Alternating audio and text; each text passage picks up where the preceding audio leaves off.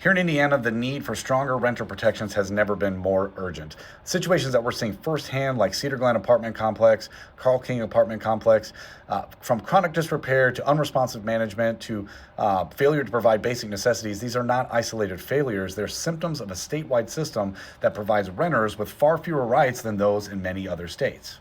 And that's what makes it so frustrating on the local level, especially from the local government standpoint, where we're trying to help residents with these issues, but our Indiana state lawmakers are basically sitting on their hands on this issue at best, and at worst, they're actually in the pocket of the out-of-town corporate landlords.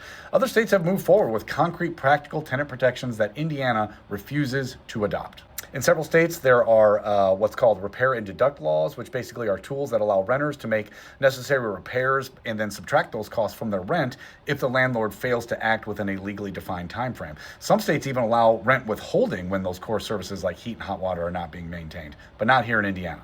And another place where we fall short, way short, are anti-retaliation protections. I've never seen such fear with people as I have in some of these issues in South Bend, because these folks are so afraid they're going to be retaliated against if they complain. And it's a place where Indiana falls short from a legal protection standpoint. There are 46 states where tenants have legal safeguards in place that prevent landlords from evicting people, raising rents, or reducing services in retaliation for reporting unsafe conditions. Again, we don't have that here in Indiana, or ours are very weak, or they just don't get really enforced very consistently.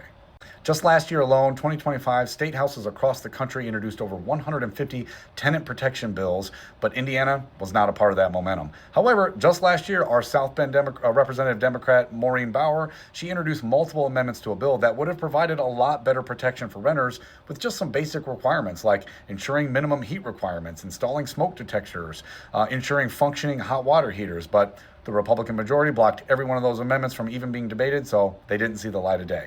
And the result is what we're seeing on the ground at places like Cedar Glen and Carl King. Tenants stuck in unsafe, unhealthy, or unstable housing with almost no meaningful recourse. This is one of those situations where Indiana doesn't lack solutions, it lacks the political will. Other states have shown exactly what modern, humane renter protections look like, and from a real practical standpoint, but until our legislature is willing to adopt even those most basic rights, it's going to continue to be a struggle for us here on the ground, and as always, it'll be the working families who are paying the price.